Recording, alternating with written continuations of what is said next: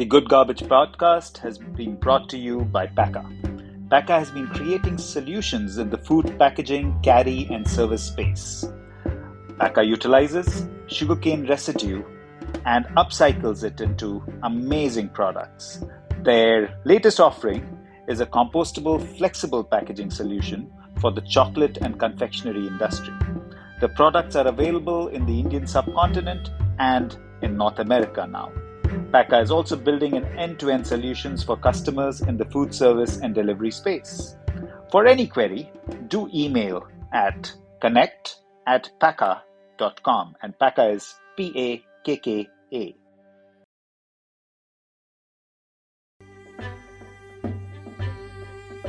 I would say what's good garbage for me is what is not harmful to the health, to the environment, and that has a value that can be extracted. Hello. Welcome to the Good Garbage podcast. My name is Ved Krishna. My primary reason for existence has been to find ways to leave our wonderful planet cleaner. We will be speaking with material innovators, creators, and propagators to learn from them how we can build for scale and towards a regenerative future. Their stories will help us answer the big question, what is good garbage? Last year, I was invited to speak at the Hack Food Summit in Switzerland. This conference is mostly centered around healthier eating, so I did not expect any packaging people out there.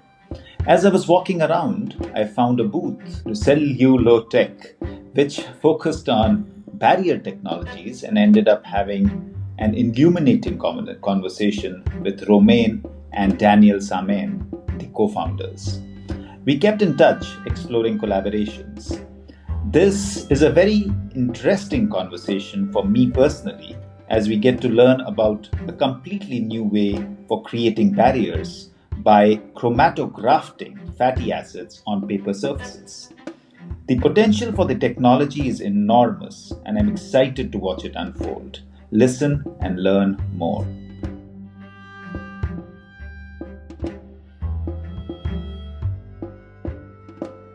Hello. I'm so happy today to have Romain Metivet with me, who is the founder and CEO of Cellulotech. Romain, if you remember, we met at Hack Summit in Switzerland, and I was totally blown away. And so the Hack Summit, for the listeners, is not a packaging summit at all. It's a food summit. And I wasn't expecting to meet packaging people there. But of course, Romain and his CTO, Daniel, they totally blew me away. And I've been wanting to work with you and find ways to collaborate since then. So thank you for agreeing to be on the show, Romain.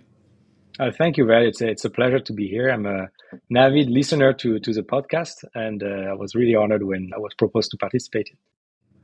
Merci beaucoup. So let's start in the beginning. Of course, I know a little bit about what you do now, and of course, we're going to dig a lot deeper into the fascinating technology that you guys are working with. But let's start with you growing up. Where did you grow up? Were there things in your early childhood or younger days that you can remember that influenced this journey that you are on today? Sure. So I was born in France, as many people probably guessed with my accent. And I was born in the center of France and grew up on the coast. So in the city named Toulon. My father was in the military, and I did scientific studies mostly, but I've been in a military high school, which was great. But after 18, basically, I was striving for freedom. And I went to Canada, far away from the parents, far away from everything, to be able to live a bit my own life. I studied businesses first at university. But I always kept in mind that there was a book that really was pretty striking for me. It was by a French scientist, but it was a book about making the world. So basically acknowledging a bit the need for material transition, but very early. I think it's a book that is 25 or 30 years old. And it was all about, how we can make the things we need instead of extracting them with whether it's food, with fermentation and materials, of course, with renewables and so on. It was pretty early, I think, but now, of course, it's spot on. But it was always in my mind, keeping that something is wrong with the way we make things today, and it has to be improved. I always kept this kind of theme under the radar, maybe, as I was studying and so on. I study mostly economics. economics and finance. So I don't come from the packaging world, always with a heavy, I would say, mathematical background.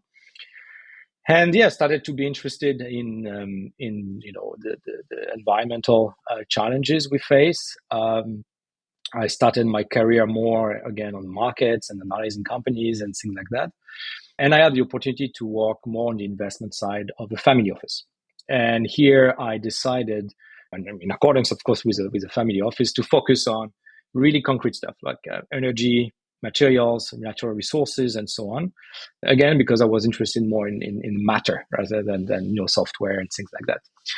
And then, yeah, I took a very macro approach, which is look at the problem in big numbers and what could be the potential match for that scale.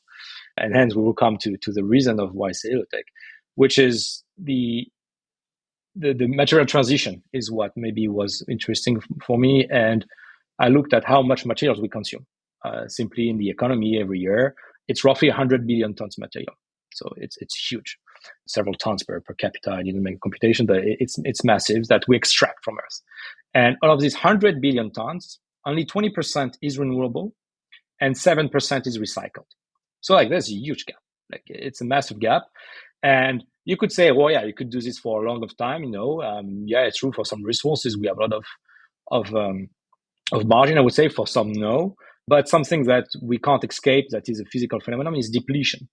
So the concentration and the easiness at which we can extract some of these materials is more and more difficult. Hence, this idea of generative materials or things that we can either renewable or we can grow becomes more and more important. And what's the potential answer at this scale of 100 billion tons of materials and a gap of 80 or 93, depending on how much you want to count?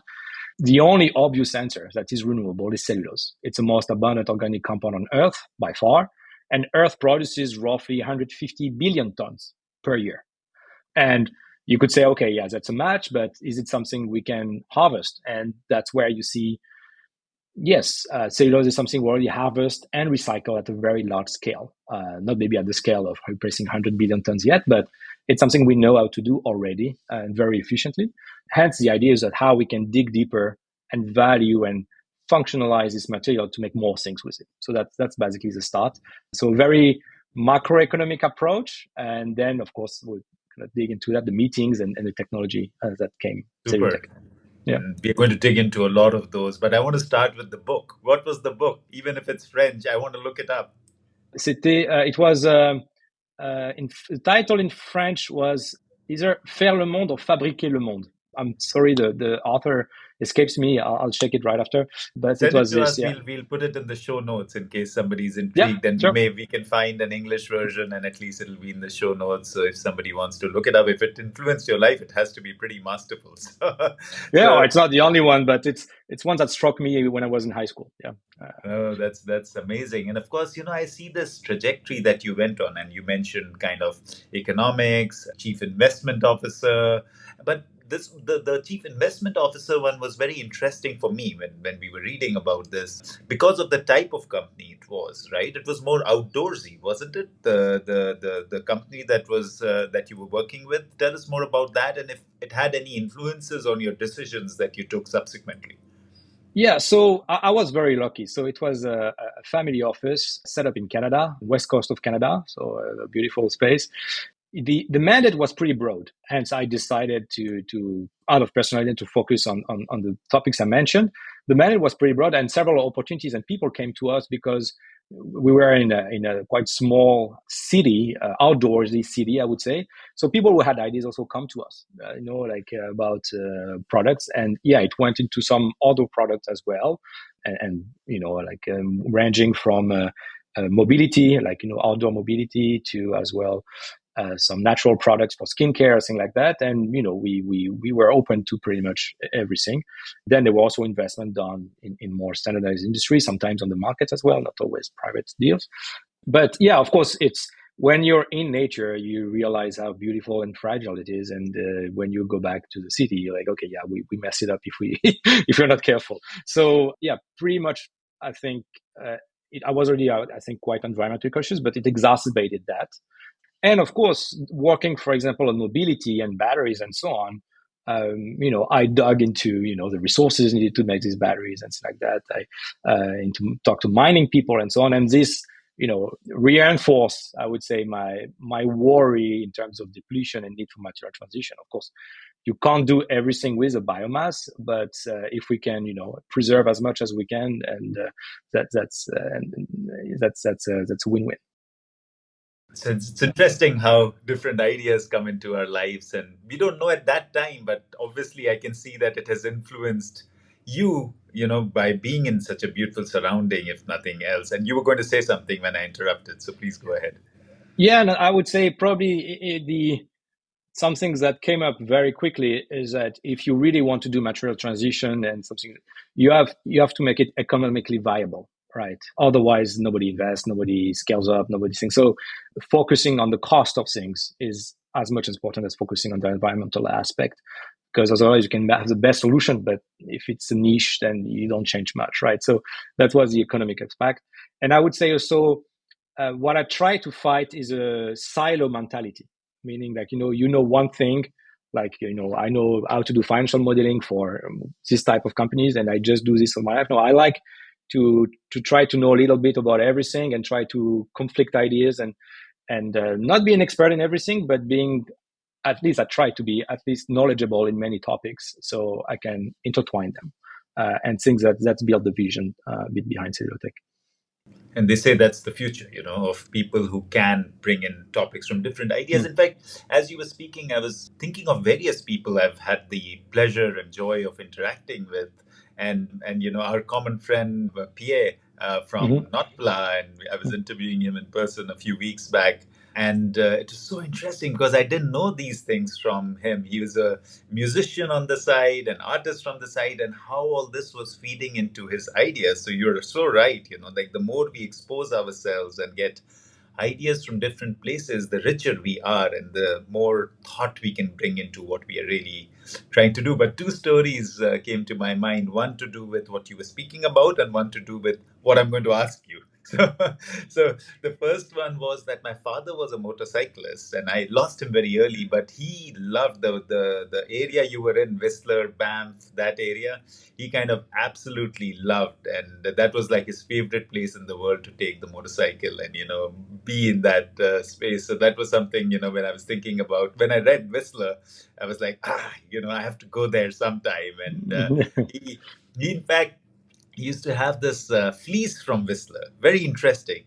So, Okay. when you lose a parent early, you hold on to their belongings. I'm not a material oriented person at all, but that one fleece used to have a smell. So why Okay. Whistler is very important to me because it said Whistler on the fleece. So it was so important to me and it always stayed in my mind.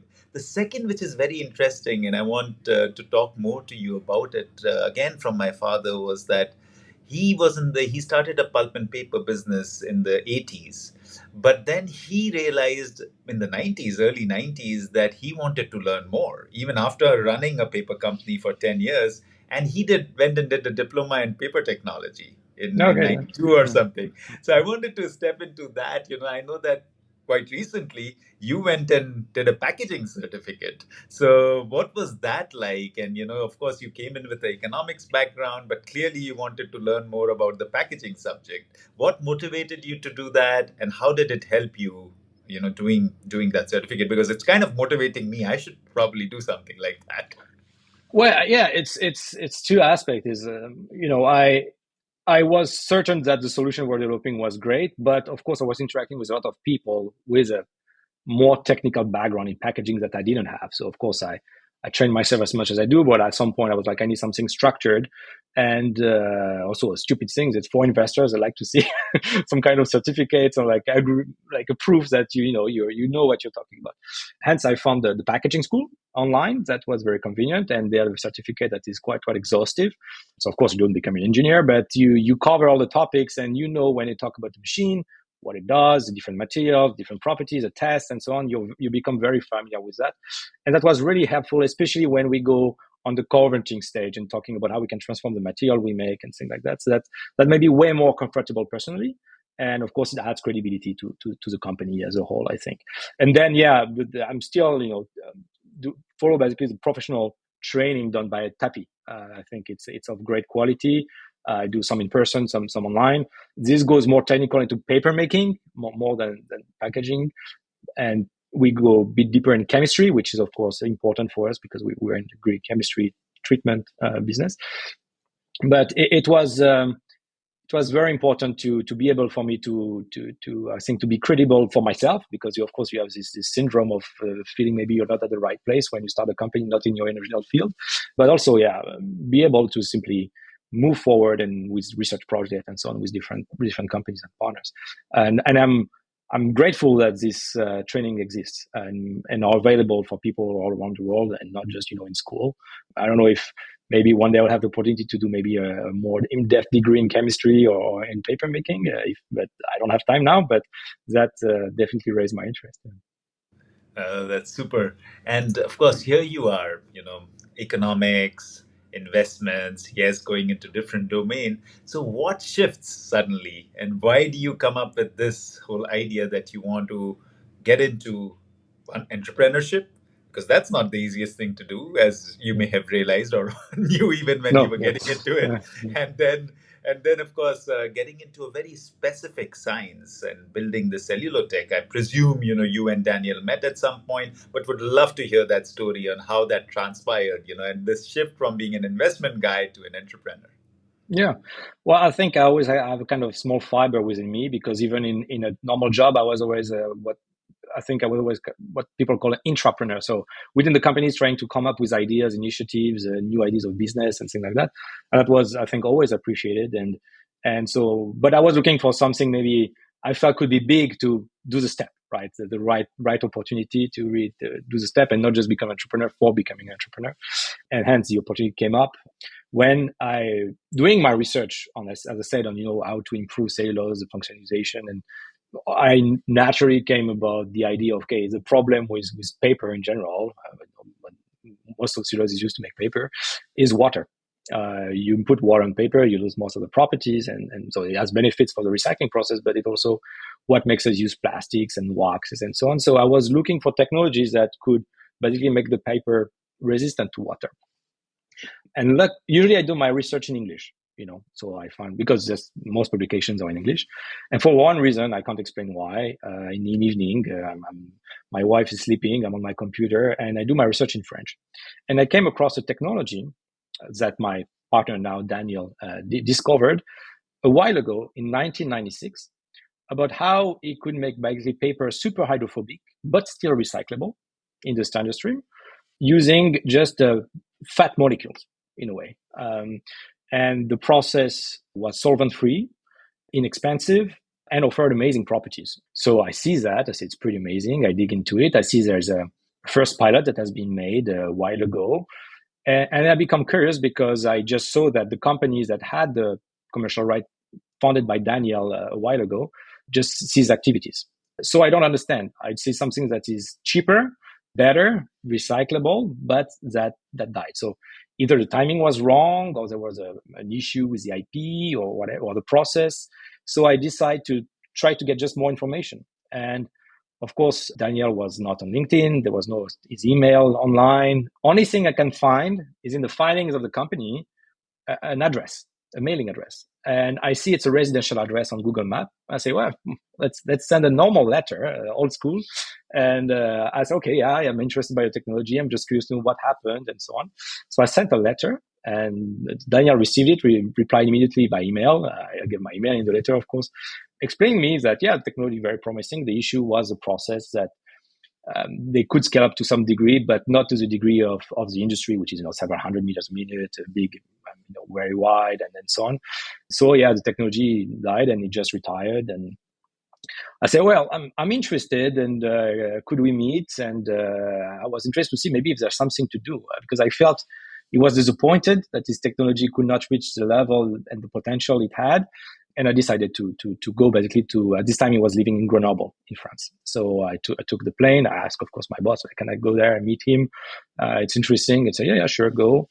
I spent a weekend with him. He explained me the technology, the chemistry, of course, as someone who wasn't done chemistry in a while, but and he made me do an experiment with a paper, and I was simply amazed. And it happened that a few weeks later, there was an opening day at a research industrial center that developed the first pilot. And I decided to join. So I visited, I saw the pilot that was existing, but too slow, basically. And I saw, more importantly, all the industry here. All the big names in the paper, packaging industry were here, interested. And I started to talk with them and what do they think about the technology and so on. And they all say, it's extremely promising, but we have to get something that is easy to use and scalable to our scale of the industry to make it economically viable. And so, I scratched my head and I talked back with Daniel. I was like, Daniel, do you think we can maybe start a company around that? Like when you explained me technology, I saw that you had ideas and things were unsettled. You didn't have the opportunity to dig deeper, and told me, well, I can try. And so that's why we started to work together. So this was in 2019. So summer 2019, we decided, to start working together. We didn't incorporate it yet. And then we incorporated in 2020 during COVID. And then maybe we will talk about technology later, how it evolved. But that's basically just a search in French that was quite unusual, a letter. Yeah. and a meeting of mine, I would say, with Daniel, who is definitely the scientist of the team, but who shared the same vision with me about, the environmental issues, what needs to be done, the cellulose as a potential savior for humanity, if I may say, and all things we could do with that. So, I think we've made a great team so far. Yeah, no, it's amazing. And one of my gurus, coaches, says that there are no coincidences in life. There is a reason you find yourself connect with somebody at the right time, right? It was probably the right time for Daniel and for you. But I want to take a step back. Why were you researching paper at all? Why were you playing around and exploring paper? So, being in British Columbia, you see a lot of paper, and a lot of paper is actually closing, or having difficulties economically. While they were looking at a lot of newspaper, for example, so it's expensive to convert it and so on. So you kind of see in the news issues with paper, and at the same time, you see that everybody wants to move to paper. It started, right? So you start to wonder why. So that's why you dig and you see the different type of papers and the barrier issue and things like that. And it resonated again with my initial vision that cellulose is a material of the future. Of course, incarnated very well with paper. And that if we were to start with something to give more value to cellulose materials, paper and the packaging industry was the way.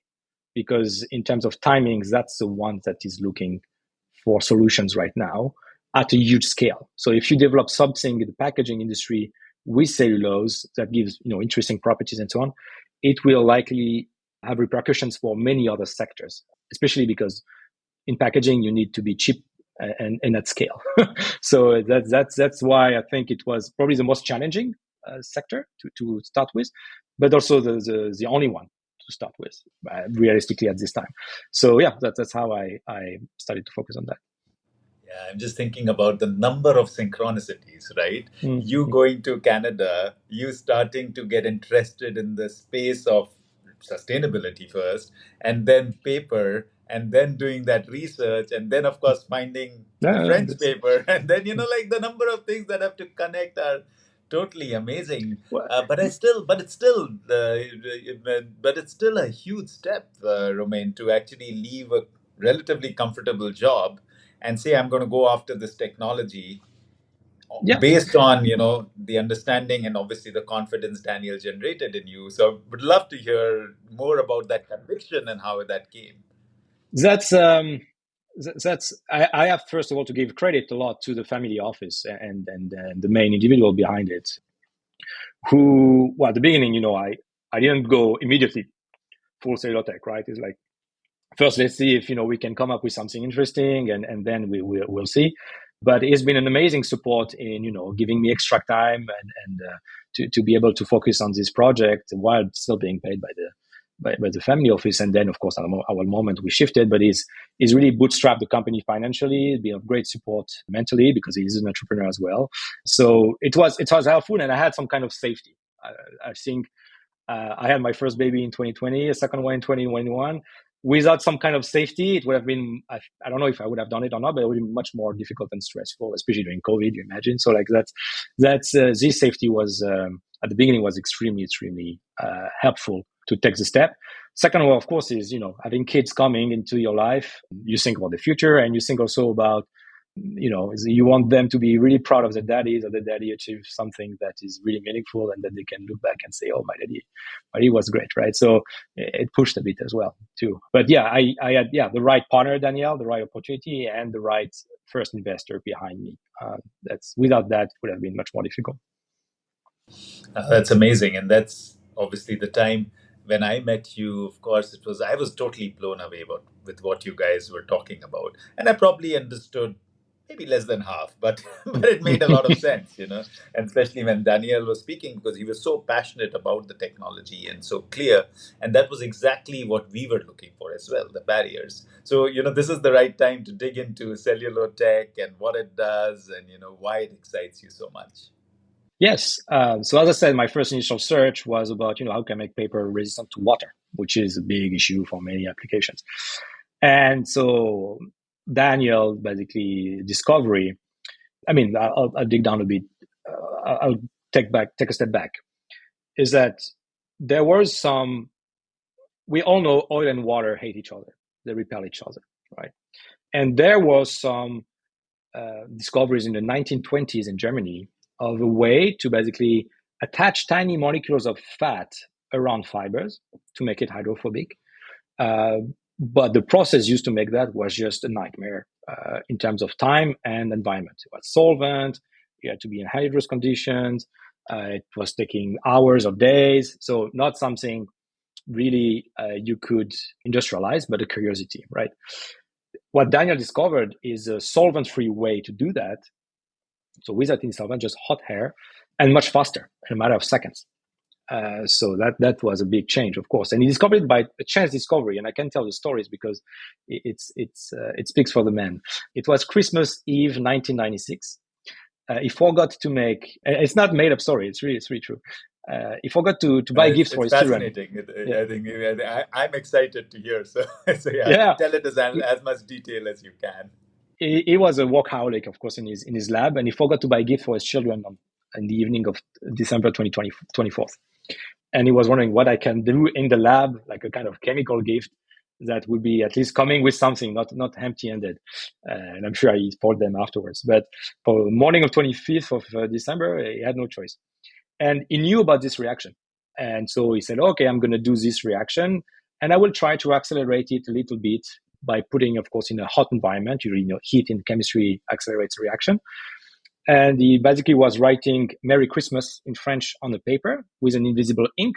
And the idea was to put it under water, and Merry Christmas would appear hydrophobic, while the rest of the paper would be hydrophilic. So we'd see that was the idea. And Merry Christmas in French is, you say Joyeux Noël. So there is a O, a few O's actually. There are two O's in the sentence. And what he noticed is that he wrote it with an invisible letter, and in the first trial to make sure it was working, the O was not a cycle, it was a disk.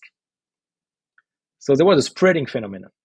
And first he thought maybe I wrote it wrong, and he kept doing it to invent. And it's like, oh, there's something wrong. I can't write properly the O letter. I have a disk each time. Well, at some point he has no choice. He goes back home. He gives this to his children. They laugh because you can't write daddy and so on. But he was puzzled. He said, how come there is a reaction somewhere I didn't put anything?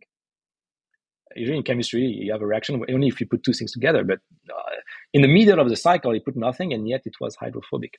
And so he discovered basically there was a spreading phenomenon that we still don't fully understand. There are some mysteries in terms of chemistry that explains me, like the puzzle him still. But we have some kind of idea. But the idea behind it is that the reagent, even if you apply it as a liquid, spreads because it evaporates and it recondensates constantly on the paper. And basically it will, the fatty molecules in the reagent, basically they get attached to a fiber. And if it's attached, it goes to the next one. Okay. And it's spread in 3 dimensions. What is pretty amazing is that when something goes into a gas, you expect it to go everywhere, right? You don't expect it to stay on the paper. But this reaction, the gas stays on the paper and will basically goes elsewhere once the reaction is fully done. So the paper, in a way, acts as a magnet to the reagent. So it's pretty amazing, especially because the reagent is a commodity. It's produced 100,000 tons and so on. So you have something potentially interesting that is solvent free and that makes paper hydrophobic. But Daniel knew nothing about the paper industry at this time. He was working in the pharma industry. He had a company in the pharma industry. He was developing medicine, drug vectors, and so on. So really far from paper. He's an organic chemist by training. And for him, as he said, paper for me was just to make coffee and print. Like he didn't know anything else about paper. And so he went to Grenoble at this time. He was in Toulouse when he did the discovery, and he went to Grenoble, which is the heart of the paper industry in France. And trying to meet paper people and show them, look, paper I did. What do you think? And then, of course, he saw the machines. It's like, okay, there's a big gap between my small paper and these machines. But people were interested and puzzled by the hydrophobicity given paper. It was really a lotus leaf. And moreover, not just on the surface, but the full specific surface, as I say, is spread in 3 dimensions. So the whole specific surface is grafted. So you can cut, you can fold the paper, you still have the barrier. It doesn't crack. Because you put these tiny molecules of fat. And to give you an idea, now, at this time it was probably more, but now we put something between 20 and 100 milligrams of reagent per square meter. So this is dozens of times less than coating in terms of grammage. And of course, we don't need solvent, we don't need to dry or things like that. So that's why economically it's interesting. So yeah, this technology, of course, with years, there was a lot of study. There were a few theses written under his direction on this technology. So his understanding of the technology improved. As I said, at some point, he partnered with Industrial Research Center in Grenoble to develop a first pilot and so on. Well, it didn't work. The cooperation didn't work as he expected. At some point, he retired. So the technology did a lot of steps, but didn't go up to the last one, which is to be industrialized, I think, as it should because of its potential. And it was also probably too early. Discovering 1996, really developing technology in 2000s. It was a rough period for the paper industry.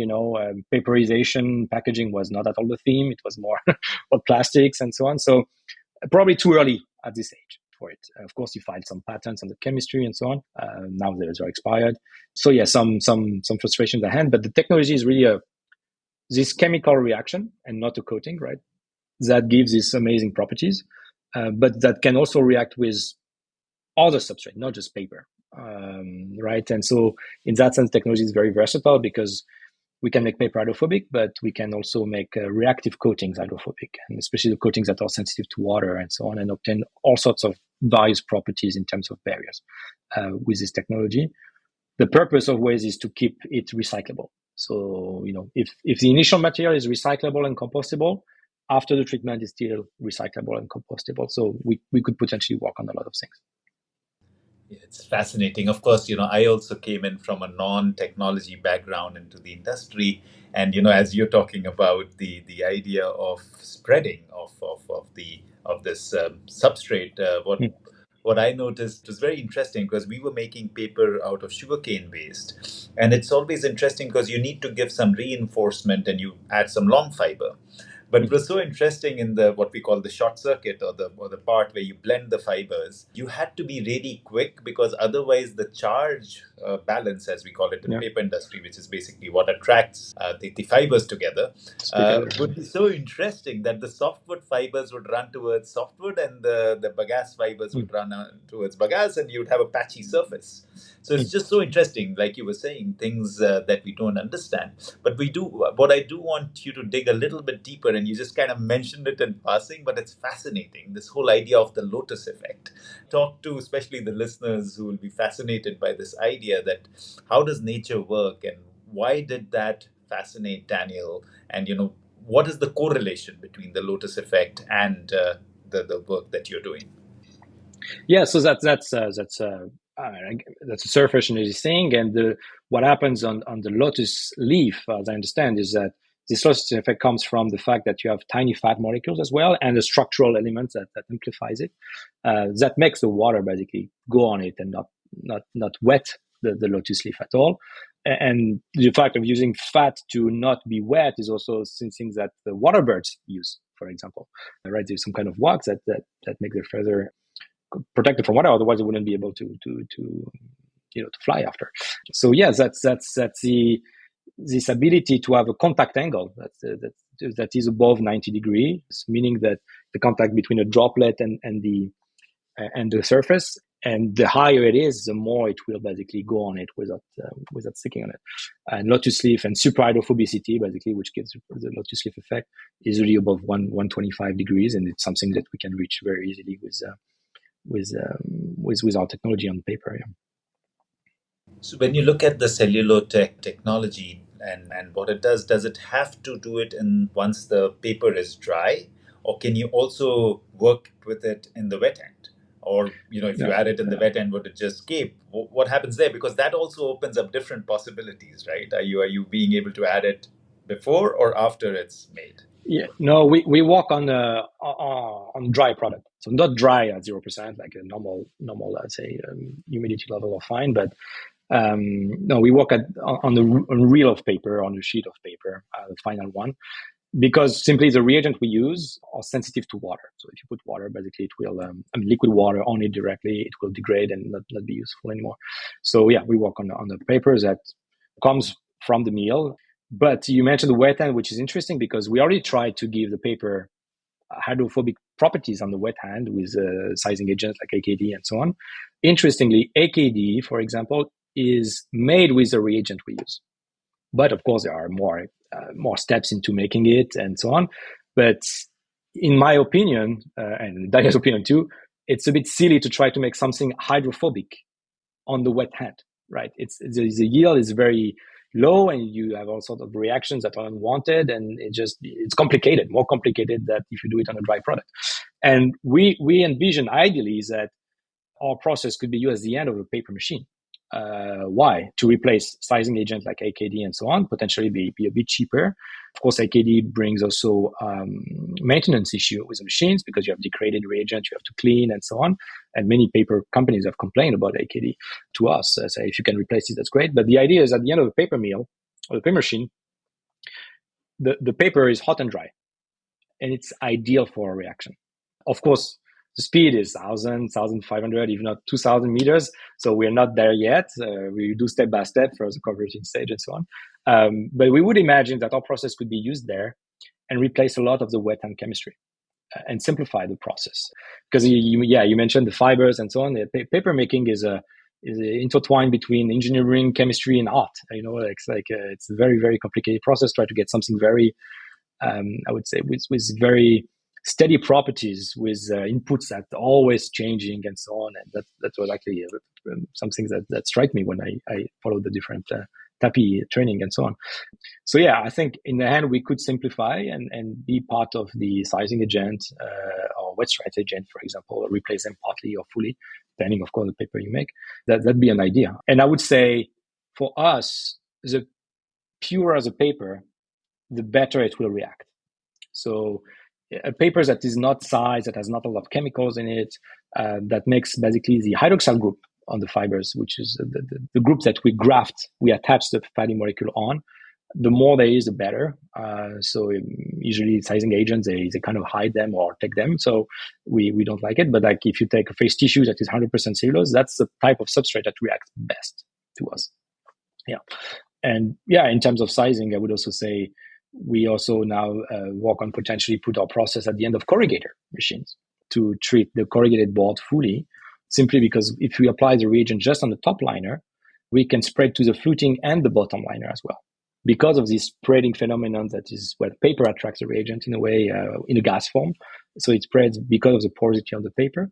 And then we can potentially replace the wax and sizing agents and so on the corrugated board final sheet product. Yeah.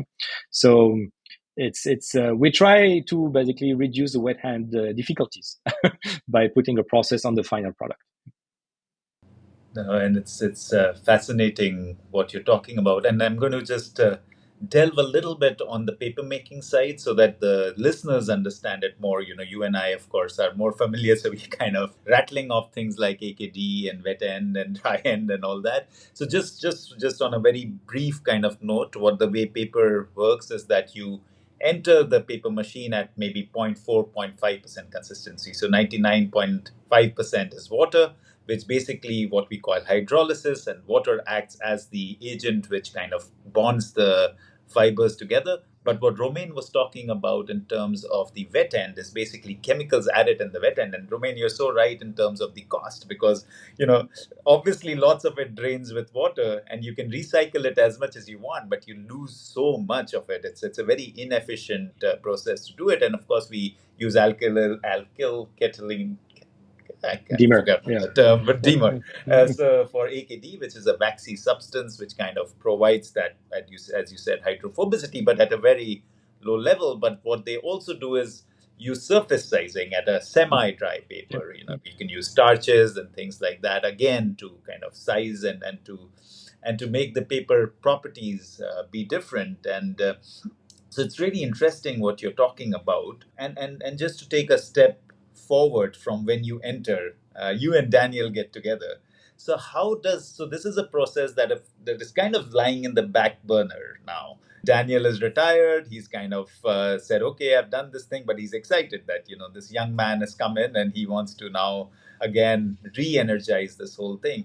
So you and Daniel now start to evolve. And how has the process evolved compared to where it was left off in the early 2000s? How did that whole evolution take place, and where is it now between when you enter and the current day? Yes.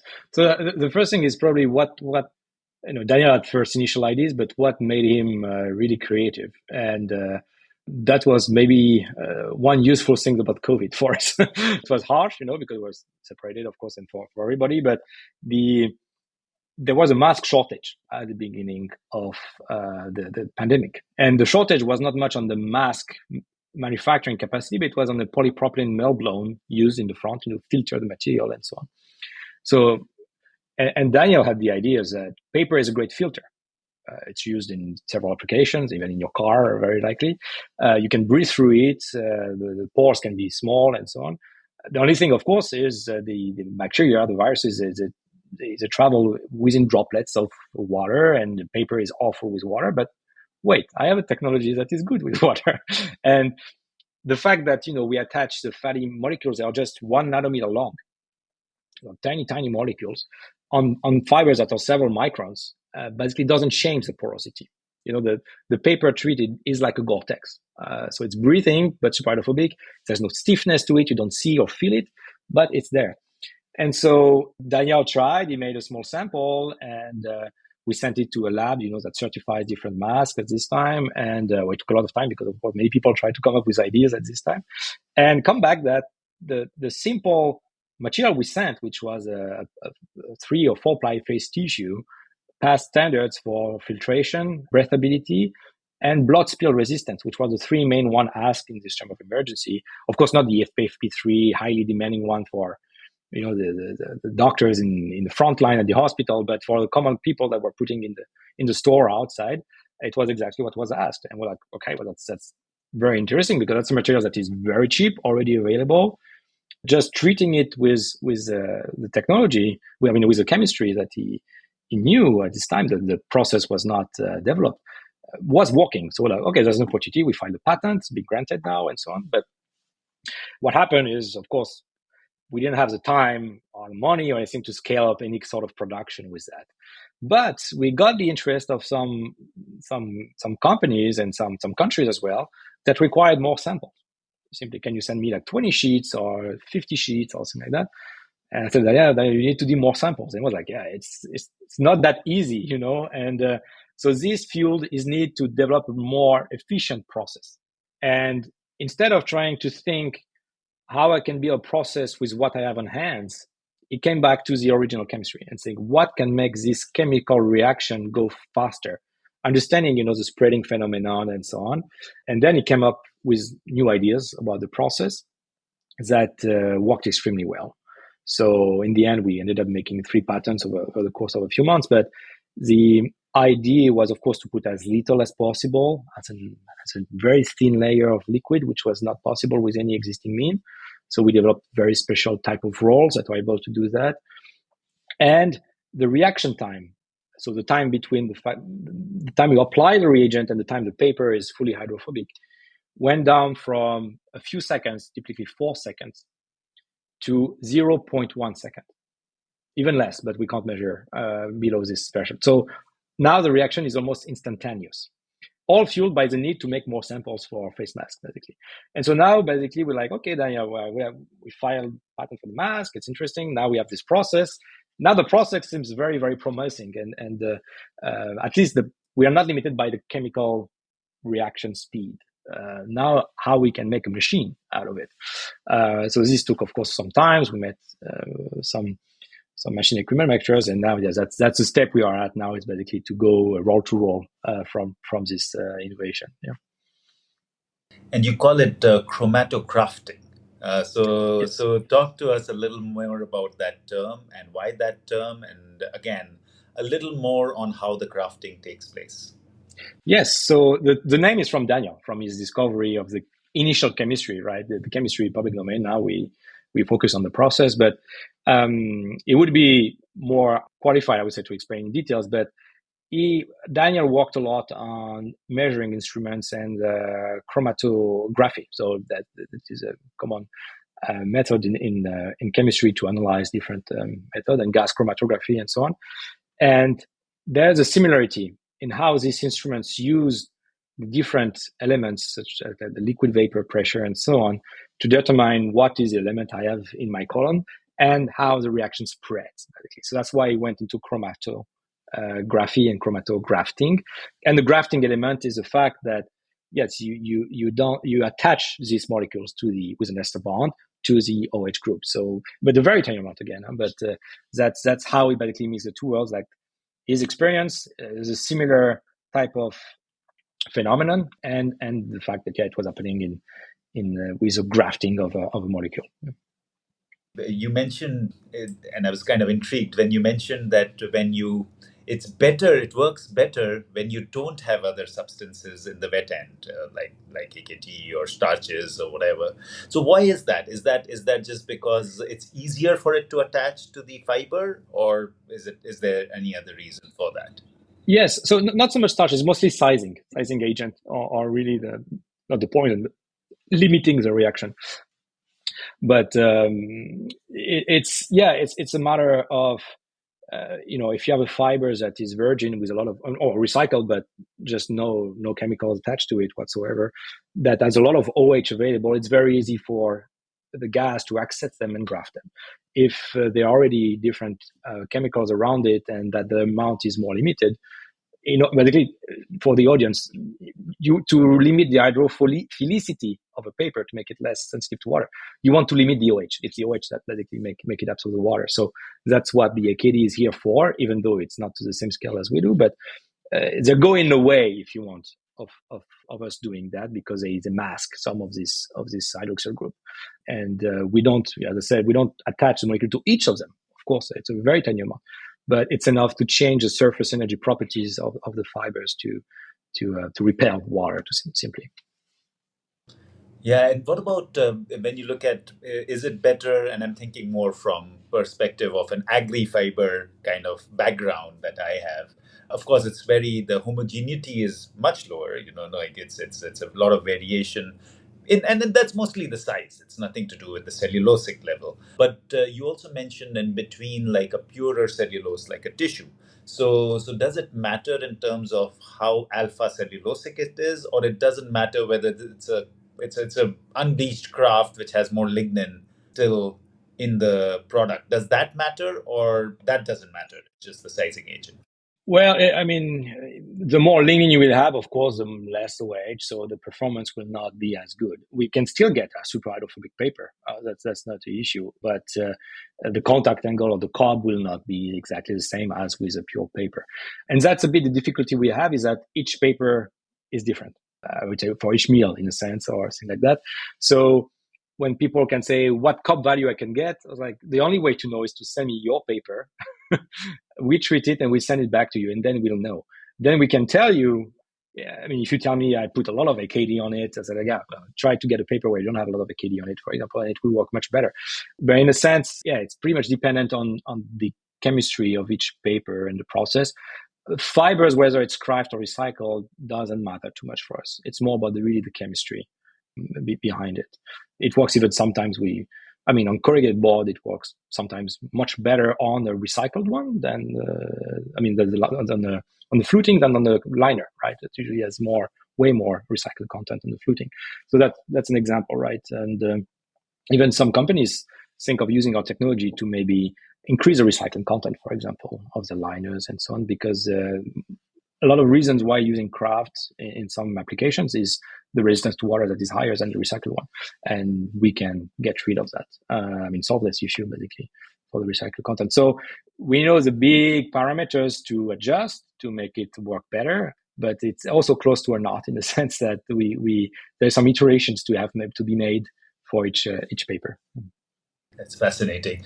So the one of the few terms that I was, as I was reading, were very interesting. A long chain fatty acid chlorides. So if you can talk a little more about what are those, and I know that this is your reagent, and kind of you're working with it. The other thing was fascinating, where you said HCl is released, hydrochloric acid is released, and you can capture it as a side stream, which is also very interesting. So talk to us a little more about those two chemistries. Yes, so the reagents we use are the long chain fatty acid chloride. So there are a few of them. Two big ones are really commodities, they say produced by hundreds of thousands of tons. What are they? It's basically the fatty acid molecules. Fatty acids, we eat them every day, so it's good for food consumption. And they have been chlorinated. And this is what allows the reaction to be really fast. If you use just the fatty acid, it wouldn't work. So this allows it to attach the molecules basically to the fibers. So these reagents are already available on the market, very cheap. Give an idea of the cost for the audience. As I say, we put between 20 and 100 milligrams per square meter, roughly. 1 kilogram on the market is $5. So for $5, we can treat between 10,000 and 50,000 square meters. Wow, that's amazing, Romain. And that's the only input, with hot air, of course. But it's not that much compared to a coating where you have to dry it up. For example, we don't have to dry it because we already work on a dry product. So it's just a reagent. So yeah, that's the reagent. And yeah, in the process, basically what happens is the fatty acid gets attached to the fiber, and the HCl that was attached and enabled the reaction, the grafting, is evacuated as a gas. And this gas really goes away, doesn't stay on the paper. And in the process, this gas, people sometimes are worried because it's what can cause corrosion, for example, hydrochloric acid and so on. But we are in a dry environment. It's kind of oven. So if you're in an oven, you don't have water. If you have no water, no pH, no corrosion. So this HCl is basically evacuated. And it's a gas that is very well known by many industries, including to some degree packaging, how to handle it. This gas, for example, is very soluble in water, so you can bubble it into water, and then you got hydrochloric acid, which is a material that can be used by several industries and sell it. You can neutralize it to make salt, for example. You can make salty water because you have the soda and so on. So you can do many things with this. It's very easy to handle. It's really not an issue, again, because we're not in a wet process where you'd have, eventually corrosion. But this is the strength of this reagent, is that it's bio-based and already available at large scale. I think we made a small computation that what if all the paper in the wall was sized with this reagent, and so on. Of course, very over the table, right? But it would move just a little bit the demand for this reagent. Like it's like a few, I think 20% or something like that. So you have plenty of margin. There's no competition issue. And this reagent is right now used in packaging to make AKD, as I say, for example, as a first building block, and also in pharma and so on. So it's plenty of use, and the big chemistry names, they make hundreds of thousands of tons of them. Yeah, and it's also to do with how little you're using, so that also gives you that advantage. And you mentioned in passing, and because a lot of the paper is used in food contact, and you've mentioned that it is totally food safe. If you want to add anything more on that, on the food it depends a bit. So like it's the fatty acid is food safe. That's something, as I say, we eat every day. Then, of course, the combination of the fatty acid with the paper or with other materials, then you go into regulations. It's not more chemistry. You have some chemistry, but it's not. You have something. So it depends with what. First of all, because it's not a layer of material between the paper and the food. If you were thinking to go into food contact application, you need to have a food grade paper. Otherwise, it doesn't work out. And it's in the process of being approved, and we work with different partners to go this approval in various jurisdictions just on paper. Then if we go on paper that is coated with something, and then we react with this coating to enhance its properties, then of course we generate a new molecules. And then this is either approved, for example, by the FDA. Some of them are approved, this molecule is approved by the FDA, or there is a BF4 36 in Europe ongoing and so on. So of course, as a small startup, we don't have resources to launch a lot of petitions and so on for the food contact everywhere. But chemically speaking, it's really, there's really no risk that if the process works well, of course, that's there's all the reagents react, there's no excess and so on. You have really no risk. So it's pretty opportunistic, and for us, many applications do not require food contact. So that's why we have not devoted all our resources on that. We are happy, of course, that some of them are approved or not. But it's with a proper process, it's a fatty acid you have. So there's really no risk that it would be problematic for food contact, either approved or not approved yet. And when you look at it, looks like there are so many applications that it could tackle. Once you have the grafting done on a cellulosic surface, what are your, maybe top 5? What are you most excited about? Like if a paper company was to use this, these are the problems I would love for the companies to solve. What are those? Yes, so I would say my favorite are probably the low-hanging fruit. So the one where flexible packaging for and it's the barrier requirements are a bit too harsh for us to reach this level, for example. So maybe in refrigerated flexible packaging, something like that, but we are not the best technology to get low WVTR, for example, right? So that's in humid condition. That's maybe not as strong. So we focus on the ones that, as I said, probably don't require the food contact, and for which we work a lot on paper. That's the simplest, and that's where we are the most economical, because we don't need to put a reactive coating and so on in between. Main one I would say is cardboard corrugated board. So, and that's where we get a lot of traction. And here, basically being able to take a sheet of corrugated board, treat it on its whole thickness, so the fluting and both liners and so on, and make it super hydrophobic, has a lot of advantages. First of all, you can replace some coatings and you can replace wax and have something repulpable in the end. Then you can reduce the grammage, because a lot of corrugated board, you have, the manufacturers, they add more grammage simply because they need to be able to absorb some of this water without losing too much mechanical properties. So what they do is they put a bit more matter into it. If you get rid of this water issue, that meaning that there's no capillary uptake anymore, whether you put it in refrigerator to get it out and so on, you will have condensation that will penetrate the paper, then you can reduce the grammage, and sometimes can be high, it can be 10, 20%. And, in countries I mentioned, like India, for example, it's very humid. It must be very high as well. So you waste a lot of matter not for mechanical property reason, but just because of water issues. So this is one thing. Of course, simplify the wet hand chemistry and so on, and increase the markets for corrugated board. One use we work on are corrugated board pellets. For example, the pallets that could replace wood and plastic, especially in places where you don't have wood and so on. Corrugated board is extremely resistant material in terms of compression strength and so on. But yeah, if you put it outside and you have some rain on it, it's going to be problematic. So this adds the value of such things. And we even have ideas in construction. Some even Japanese Shingo Ban is a famous architect who works with corrugated board in architecture. So we're thinking that if corrugated board becomes fully hydrophobic and for a long time, like the chemical bond we have with the fatty acid and the cellulose is doesn't go away. It's very, very robust over time. Of course, there are conditions in which it can be separated, including in the refining process when you recycle it. But it's really robust. And the paper that my colleague treated, if we still had the Joyeux Noël, paper that he treated for Christmas, it would still be hydrophobic today. It's very robust. So you can think about applications like that for corrugated board. So increase the markets, add the value in addition to being more sustainable. Then I would mention molded pulp, because our process can be adapted to 3D shapes. And the process being very fast, a bit different, of course, more batch process and not continuous, but it's very easy for us to do. This is very interesting, of course, to make the molded pulp resistant to water very durably, without all the chemicals and the curing and all the complicated coatings and so on 3D shapes. Third one we work on are release liners to replace the silicone.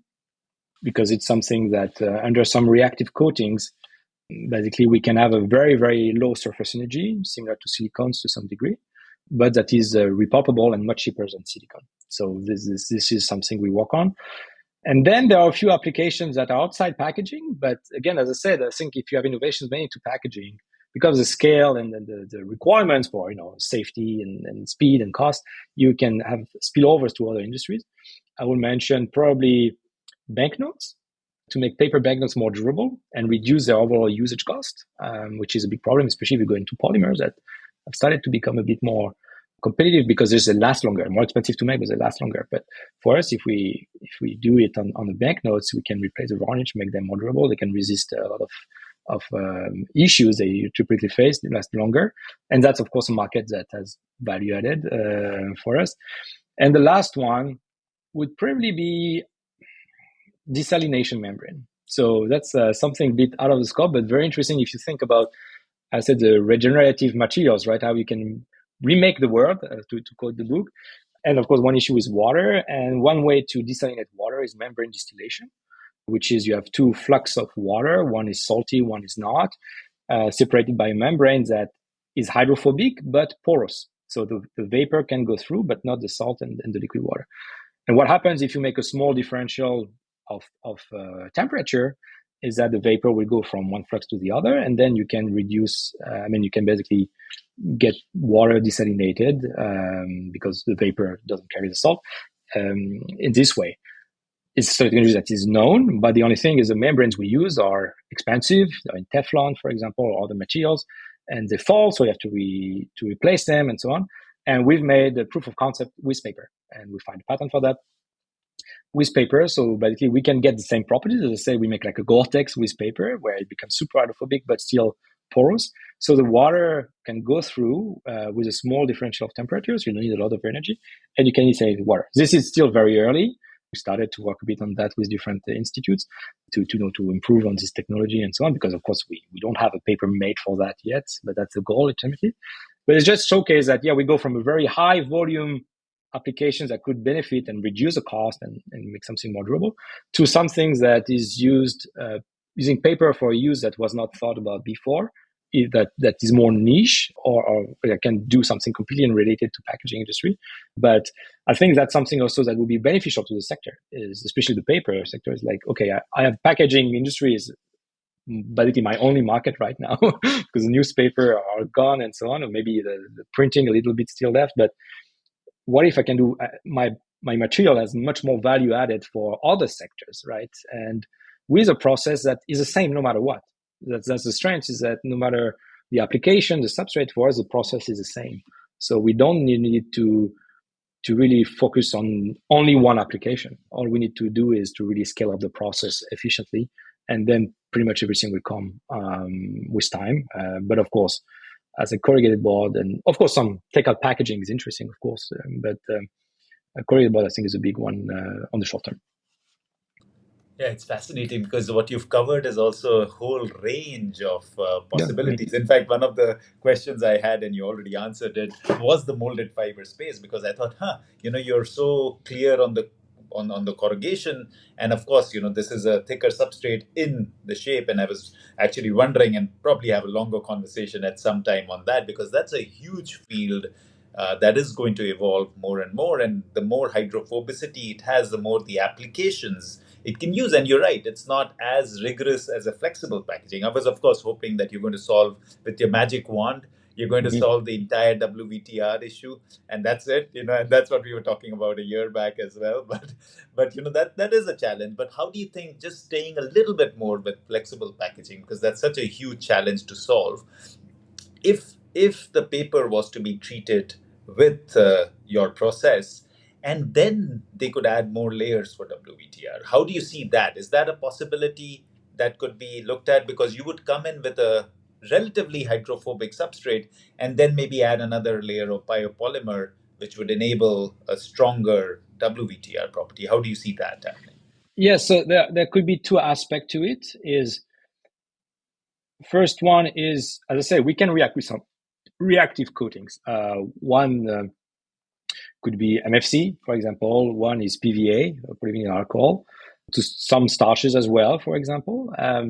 But if you want something that, of course, has a good gas barrier, the PVOH one is known that once it reacts with this chemistry, you improve massively many parameters. So, of course, PVOH, for the audience that doesn't know, is something that has great grease resistance and offer a good oxygen barrier, but is soluble. So, water barrier, you forget it, and water vapor transmission rate. So, the barrier to vapor is not. It's really zero. I mean, it's very, very bad. So, once you treat this with our process, you keep the grease and oxygen barriers that are already great. We even improve them a little bit for the oxygen one. We make it completely superhydrophobic. So the water the COB is really, really low, like the way we measure how much water penetrates to it. And the WVTR is improved massively. We are talking going from 1,000 grams per square meter per day to 3 grams per square meter per day, or even in standard condition, or 40-ish in humid condition, right? So massive improvement WTR. Not yet below the 1 gram or 0.1 gram that a lot of flexible packaging asks, but you have this massive improvement. So the way we see it is there's a way for us to maybe, and now again, we work with existing reagent and existing PVOH. There's a way maybe to develop substrate made for technology that would improve these performance parameters. But again, we are a small company. We have plenty of ideas, limited resources. We focus on scaling up the process. Then we will focus on making specific substrates to increase the range of applications. Another way we could think of it would be to maybe use our treatment to treat the paper under which you put the coating. And the idea behind it is that you could limit the grammage you need, basically, because if you make the paper hydrophobic after coating it, you don't have this phase separation you can have between something that is hydrophilic and hydrophobic. And so hence you can kind of lock better the paper with a coating. And this could help maybe reduce the grammage, but there will be no barrier effect, no improvement in the barrier effect of the coating itself. Though it will keep the compostability if it's initially compostable. So the different ways could be thought, but and we, of course, if we can work and we have partners to work on that, we are happy to do that. But it's not the low-hanging fruit for us right now. But ultimately, yeah, we'd like to develop some kind of reactive coatings of special paper that with our chemistry and our process could end up solving this issue, because once you solve basically this flexible packaging, you can go everywhere because this is the most stringent requirements with probably the laminated, bricks, Tetra Pak, and so on. If you solve this, you can solve everything. But that's not the low-hanging fruit from a commercial and startup point of view. We have to focus on the easiest application first. Absolutely, and let's switch to scaling it up. So, where have you reached now in terms of the technology? And if you were to today look at a commercial application and even a smaller machine, could you do 200 meters per minute? Could you do 500 meters per minute? Is there a speed that you could tackle, or is there an amount of tonnage that you could tackle? Where are you in terms of commercializing, and how soon do you see that happening? In the coming times? Sure. So I would say in terms of speed, the proof of the pudding is in the eating. So, you can claim you can do this speed, but if you don't have a machine working, it's just so. I would say based on the speed of the chemical reaction, and if we can basically replicate the same conditions on a continuous process, 500 meters a minute, even 1,000 meters a minute is not an issue. At 0.1 second, even below 0.1 second of reaction time, I don't see any issue. But of course, the challenge is to make sure you replicate the same conditions in between the lab and the machine.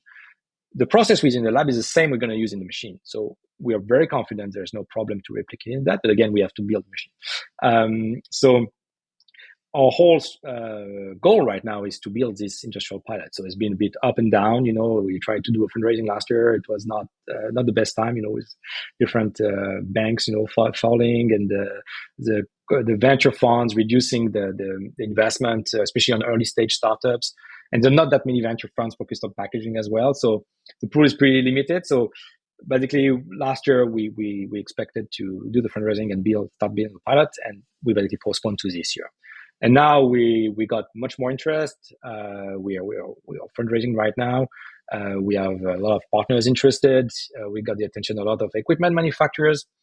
That also got less busy now. They were extremely busy during COVID. Now they got a bit less busy, so they made a bit of money. So they're interested maybe in investing in the next generation. So probably instead of going towards VCs, we are working more with the industry that wants to get this technology at scale. So we will be hoping that the pilot would be ready early next year. So basically to finalize all the financing and partnerships this summer. That's partly why I'm traveling a lot in the past few weeks. And then once you have that, you have to build a machine, of course, run the prototype and so on. The first pilot, we don't intend to make it run at 500 meters a minute. We rather have something small that can do trials, but probably will run very well at 100 meters a minute. That's roughly the idea. And then basically the step from going to 100 and 500 meters a minute is a much easier step than going from the lab to the continuous 100 meters a minute process. And not even something where we necessarily need a new machine. We just maybe need to change the engines and make it just run faster and so on. So yeah, that's the idea, to do something progressive, to not, because the first prototype is never exactly the right one. So if you make a mistake on a big machine that is expensive, it's more expensive even to fix. So rather have a small machine that we can adjust. But yeah, the purpose is to show it can work continuously at 100 meters a minute, and then the rest will follow. And such small machine will be used mostly for more trials, because a lot of companies have validated their interest. We do even new product development around our technology for several companies in the US and in Europe. But the next step for them is to treat reels so they can, after transform it and, make a product. So that's the final step before they can say, okay, we want the process on our production line. So, and the other thing with this small pilot is we think we could eventually produce some niche materials at a small scale, of course. The machine is going to be probably like 26 inches wide, so like 66 centimeters. So it's not going to be huge. But there are some markets we could tackle with, take existing paper, treat it, and have value added. So I mentioned eventually the membranes. There are some applications in hygiene where it could be useful. And one interesting application I didn't mention that works very well is oil-only absorbents. So oil-only absorbents is basically an absorbent that absorbs oil but not water. There are uses in the industry for cleaning, but also to depollute water. So if you have oil in the ocean or in pots, things like that, how do you absorb these efficiently, where you need something that absorbs the gasoline or the oil and not the water? And that's exactly what we can have, for example, with an absorbing powder. It's super hydrophobic, but still lipophilic. And when we compare it with the current solutions that are made of plastic, polypropylene mainly, the absorbing power, or gram absorbed per gram of material, is the same. It's exactly the same. It's around like 15 grams absorbed per gram of material. So we basically have eco solution, potentially a bit cheaper, much easier to handle at the end of life, because polypropylene to burn, for example, is a nightmare, while paper is much easier. That could be a small niche market where we would see if we can get in with a pilot. The purpose not being a massive manufacturer, but just to use this pilot for good use and not let it take the dust between a few trials. So yeah, that we see the business model being mostly, of course, licensing this technology and keep on innovating on the substrate and so on. But we see a small part as producing niche materials for sectors outside packaging, because just that's the question sometimes people are like, why you don't start your own packaging company? It's like, look how difficult it is already to just make a new process. Imagine me starting a packaging company, having to hire all the engineers, the technicians, the investments and the machines and so on. It doesn't make sense. There are many existing already with plenty of capacity. It's much easier just to provide them with the technologies, and then on my end being just a small packaging companies that will remain at niche markets very likely. Actually, what you talked about as a small market is not a small market. In terms of, I'm thinking every centrifuge machine there is in the world could use it, right? Post centrifuge, take the oil through, and you filter and you remove. You make the oil better, or you make the water better. Either ways, whatever you want to do, but it's a filtration that will be needed a lot. Okay, just on the final side, on the technology, how do you imagine this system? Are you imagining it as a end of the paper machine, like a chamber the paper goes through, or is it like a spray system? What does the structure look like to you in terms of the actual implementation of the machinery? What would that entail in terms of changes? And why I'm asking this is basically because you have these huge paper machines that are pre-existing, right? They can move certain parts around, but they can't make big changes to the machine itself. So I'm sure you're imagining that, and how much space would it take, and that also because if it takes too much space, you have a certain size of the building, and then that can't be Of course. changed because you have to think about that as well. So it depends, of course, of the use and the application itself, right? I don't think we'll be as I said, for the application, it's not going to be at the end of the paper mill. Mostly at the converting stage, right, to replace some coatings or maybe at the end of a corrugator eventually. But it's the machine, first of all, simply put, is a chemical reactor. It's an oven, if you want, so with some air coming in, air coming out. The paper comes in a reel or flat, like a corrugated board. It's preheated. It goes in the machine. We apply the reagent in a very specific way that makes the reaction as fast as I mentioned. There are some elements that increase a bit the kinetic of the reaction, and the paper comes out treated, and you can rewind it. So there's no vacuum. There's nothing really complicated on that front. And because the reaction is so fast, and you don't need to dry, a solvent or anything like that, I don't think it's going to be very big. I can't tell yet an exact size, but it's going to be very likely smaller than the coating machine, and significantly smaller than the coating machine. There's also not a lot of parts, so I don't expect it to be extremely expensive compared to a coating machine, for example. Of course, first we would imagine it to be more offline, as the technology gets proven and used more and more. So you would imagine people coming with a sheet or reel of paper and do it. And then we don't see why we shouldn't be online. But I see it more likely, so we can still print on the paper that is treated, for example, with Flexo, even water-based inks and so on.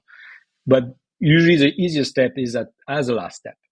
As a last step is probably the easiest one and the most flexible one, especially if you talk about the paper making machine. Put something in the middle is complicated, but if you add something at the end, it's much easier. And that's where I think is the ideal. But I said, we're quite flexible. You can put it before printing, after printing, depending, of course, on the application. But I think it's going to be quite modular because of the speed and the size we expect of such machine. Oh, that's wonderful. I'm imagining every paper machine having like we have a system like a calendar or a quality control QCS system at the end, which are relatively thin, and you just add on a chromato crafting system at the end, which will be very interesting. I hope that you are able to do it for every paper machine. What I also notice is that you've surrounded yourself with some really amazing brains. One of them is, of course, Hans-Peter Stollinger, and that's a huge name to have on your advisory board. And how did that come about, and how did you manage to convince him? And for the listeners who don't know, Hans ran the largest machine manufacturing company in the world, Voith, and really grew it to a significant size. So, and I'm sure that would give you a lot of ideas in order to how to convert the technology from the current state to the lab and to the plant scale. So would love to hear about how you managed to attract these amazing people. Sure. So I was able to surround myself with great advisors from the beginning. I would mention Andrew Fieler on the IP side was quite a famous lawyer from the Silicon Valley, and has been extremely helpful on the IP protection side and the legal side. There was also Robert Fieser, who was a former head of consumer packaging at WestRock, so it helped me understand better how we could basically potentially attract these large packaging companies and what would be the ideal market and basically understand the decision process for future clients potentially. So that was very helpful. Also, Jean-Michel Dossier, who was working with equipment manufacturers before, so knows very well how to manage such projects. But for Hans-Peter, I felt someone was missing in the team. So these were already big names, right? But someone was making from the paper making side. That is in the end the core substrate we work on, right? And of course, we talked about replacing staging agent and so on. And also we needed someone with a lot of connections, I think, in the paper world and the equipment world, which is a key step for us right now. We want to scale up. And I stumbled upon a post on LinkedIn, basically of Voith Paper, wishing happy birthday to Hans-Peter Stollinger, the former CEO of Voith Paper. And I was like, well, it's interesting. It might be interested in the technology. So I reached out to to him through LinkedIn. I sent him a few documents. I showed him samples online, and they would say, "Oh yeah, it's interesting. I never saw that, And he told me even like we spent a lot of money trying to improve, a little bit the hydrophobicity of paper, and we never reached that level. So it's definitely promising." We went to meet him in person in Germany with Daniel, and it was a great connection. And we met also one of his former colleagues that was specialized on the chemistry side. And basically, he believes in the project, and he's introduced us to a lot of people. He's brought also a lot of, I would say, technical, mechanical engineering input on designing the prototype of the pilot machine we want to build. So it's been a great addition to the team. And it is also someone that was as good in chemistry as I was, meaning that very barely knowledge in chemistry. But that asks a lot of questions. So he wants to understand everything. So he basically is able to be a good ambassador of the technology to a lot of his former, either competitors or colleagues. And it's been a great addition. And it catches the attention definitely that such a big name and decided to help the company to go to the next phase.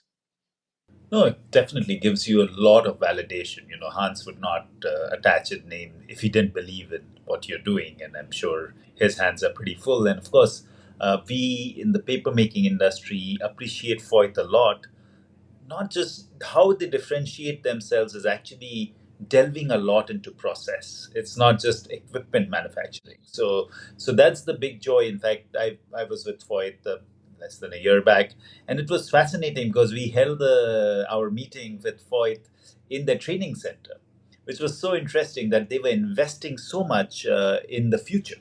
And it was not just the machinery making. It was also to do with really understanding pulp and paper and being able to kind of build towards the future, which as a user of their products, it makes it much more fascinating for us to work with somebody like them, because they're not just investing in their product, they are also investing in our process and technology, which also gives them a certain headroom beyond their competition. So it's very interesting that you managed to find him and get him Yeah. on board, because I'm sure he won't join everything. So it's fascinating, and I'm glad that you're surrounding yourself with the right advisors. It makes such a huge difference. And let me now take it towards more of closure and looking at the time and as much fun as we are having. So when you look at the horizon, like it seems like you're about 2 to 3 years away from a plant scale kind of implementation, the first one, and then maybe if you take a 5 to 10 year horizon, what would be your dream? What would you hope to have achieved with Cellulotech in say 10 years time? Let's record this now so that we can revisit it maybe in 10 years. Go Whether on. I realized it or not, I would, of course, I would hope the process to be scaled up and used at the large scale, and be able to make more recyclable packaging, save a lot of plastics, wax, silicones, things like that. So become a standard, if you want, in the industry. 7, 10 years from now, probably would maybe start the paper making level, because it would take more time, lots of trials and things like that. But at the converting stage, at least, I would expect to be a standard. One of the technology basically considered among coatings and others, to buy packaging industry for different products. I don't think there's going to be one solution fits all for all the challenges we have for barriers and so on. But definitely, I think this technology has a lot of to offer, and could be one of those. So being considered for that would be, as a standard, would be very useful. And I would hope that the success in packaging would allow us to devote more resources into other elements, around cellulose. So maybe around new applications, I in construction, but also maybe fermentation, and we have different ideas I can't mention yet. But as I said again, make cellulose a building block of the economy. Packaging would be rolling, and we can focus on the rest. Maybe build my first home in corrugated board. That would be a funny things to do, for example.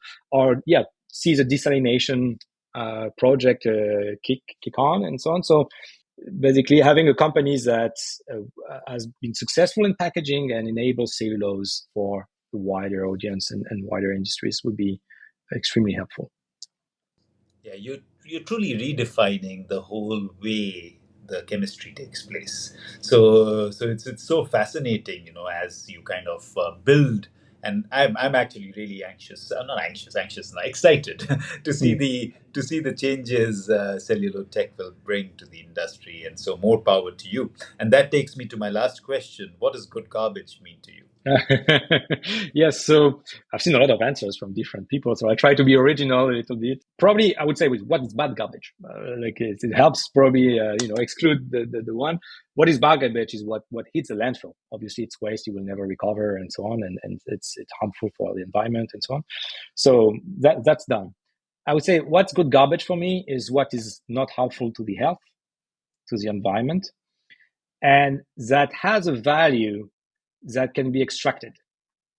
This means that you can either increase the value of such material, this end of life, or potential value at least, or work on and consider also the easiness to extract this value, right? If you have a material that, could potentially have a value, but it's very complicated to extract, a lot of materials to separate and so on, this complicated with the thing. So I would say easy ways to extract as much value as you want. And of course, the goal is to optimize this process. So, if you can, reduce over recycling. I mean, we all know the pyramid, but that goes into it. But I think it's important to incorporate that if you want all the incentives to be there, you need something that economically makes sense and that is easy to do.